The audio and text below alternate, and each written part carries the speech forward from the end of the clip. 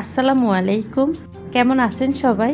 আশা করি যে যেখানে আছেন আল্লাহর রহমতে সবাই ভালো আছেন, সুস্থ আছেন। আমি যে আমার গত ব্লগ ভিডিওতে বলেছিলাম আমার বাসায় মেহমান আসবে। তো যেই দিন আমার বাসায় মেহমান আসছে সেদিনেরই অল্প একটু ভিডিও আমি করে রেখেছিলাম। তারপর আর বিশেষ করে কোনো ভিডিওই করতে পারি নাই কাজকর্মে আর মেহমানের সাথে আড্ডা দেওয়ার মাঝে আর কি। তো এই তো আমার মামি আসছে গ্রামের বাড়ি থেকে, মামাতো বোন আর মামি। এটা আমার মামির বড় ছেলের বড় নাতি, ও এসে আর কি আমাদের বাসায় ওনাদেরকে দিয়ে গেছে। ওনারা আর কখনো আসেন নাই আমার বাসায়, এই প্রথম আসছে। এখানে আমার মামাতো বোন আর মামি ওই নাতিকে বিদায় দিতেছে, আমিও পাশে আছি, আমার কাছেও বলে গেল। তো ওনারা আমার বাসায় আসতে আসতে মাগরিবের আগ মুহূর্ত হয়েছে, আমার বাসায় এসে মাগরিবের নামাজ আদায় করলো আর কি। তো যা যা নাস্তা ওনাদের জন্য রেডি করছিলাম সেগুলো প্রথমে দেখছেন কি কি নাস্তা দিলাম। আর রাতে খাওয়ার জন্য রান্না করছি যা যা, সেগুলো আর আসলে আমি ভিডিও করিনি, আমিও অনেক ব্যস্ত ছিলাম। অনেক ব্যস্ততার মাঝে ভিডিও করতে অস্বস্তিকর লাগে, সেজন্য আর ভিডিও করলাম না। তো পরের দিন সকালে নাস্তা রেডি করছি, ওরা সবাই ঘুমিয়েছিল। আমি ভোরবেলায় ঘুম থেকে উঠে সবার জন্য, আমার বাসার সবার জন্য আর কি, মেহমানদের জন্য রুটি বানিয়েছি। তার সাথে রুটির সাথে খাওয়ার জন্য আগের দিনে তরকারি ছিল, সেগুলো দিয়ে আমরা নাস্তা করছি। তো পরের দিন আর কি দুপুরে রান্না করার জন্য এই তো গরুর কলিজি, পেপসা এইগুলি একসাথে মিলিয়ে আর কি ভাজি করলাম। তো হঠাৎ করে আমার বাসায় গ্যাস শেষ হয়ে গেছে। তো গ্যাসের জন্য কিছুক্ষণ অপেক্ষা করে তারপর বাকি যে রান্নাটা ছিল কমপ্লিট করলাম আর কি, গ্যাস লাগানোর পরে। তো দুপুরে খাওয়া দাওয়া শেষে আমি আবার আমার ছোট জায়ের বাসায় গেছি, আমার ছোট দেবরের বাসায় আর কি। আমার মামি মামাতো বোনকে নিয়ে ঘুরতে বের হয়েছিলাম।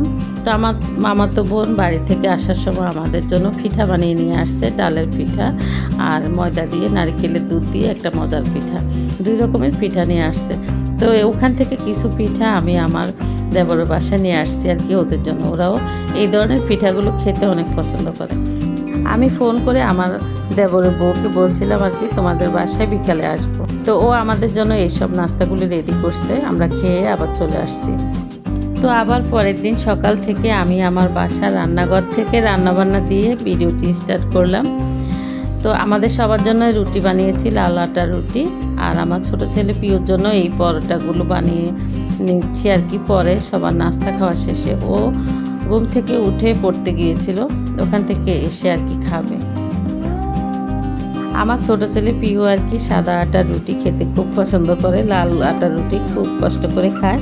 তো ওর জন্য আমি সাদা আটাও নিয়ে আসছি, মাঝে মধ্যে ওকে এভাবে পরোটা বানিয়ে দেই। তো এই পরোটাগুলো সুন্দর করে বানিয়ে হটপটে রেখে দিব, ও আসলে পরে খাবে। যাই হোক, সকালে নাস্তা পানি খাওয়া শেষ করে তারপর দুপুরে খাওয়ার জন্য রান্না বসিয়ে দিয়েছি। প্রেশার কুকারে গরুর মাংস রান্না বসিয়ে দিয়েছি।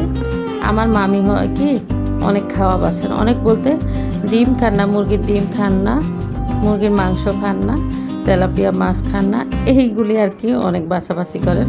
গরুর মাংস, ইলিশ মাছ, চিংড়ি মাছ এগুলি খুব পছন্দ করেন। তো আমার সামর্থ্য পরিমাণ আমি চেষ্টা করছি আমার মামি আমার মামাতো বোনকে আপ্যায়ন করার জন্য। এই কয়েকদিন আমি কোনো ভিডিওই করি নাই, শুধু সময় কাটিয়েছি আমার বাবার বাড়ির, আমার মামার বাড়ি, আমাদের ভাই বোন এবং আমার মামাতো বোনের গল্প বলে এবং শুনে খুব আড্ডা দিয়েছি, গল্প শুনেছি, ভালো লাগছে, খুবই ভালো লাগছে। আমরা আমাদের এই মামিকে অনেক বেশি ভালোবাসি সবাই। ওনারা আসছে আমাদের বাসায় 10-12 দিন হবে, আজকে চলে গেছে, মনটা খুবই খারাপ আমার।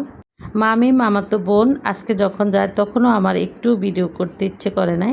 আমি শুধু আমার নিজের ভিতরে এই দৃশ্যগুলো, স্মৃতিগুলো ধারণ করে রেখেছি সারা জীবনের জন্য। আমার মামি মামাতো বোন যাওয়ার সময় আমাকে জড়িয়ে ধরে অনেক কান্নাকাটি করেছে। আসলে মামি আর মামাতো বোন আমাদেরকে অনেক ভালোবাসে। যাই হোক, সব কিছু মিলে আজকের ভিডিওটি এই পর্যন্ত। আল্লাহ হাফেজ।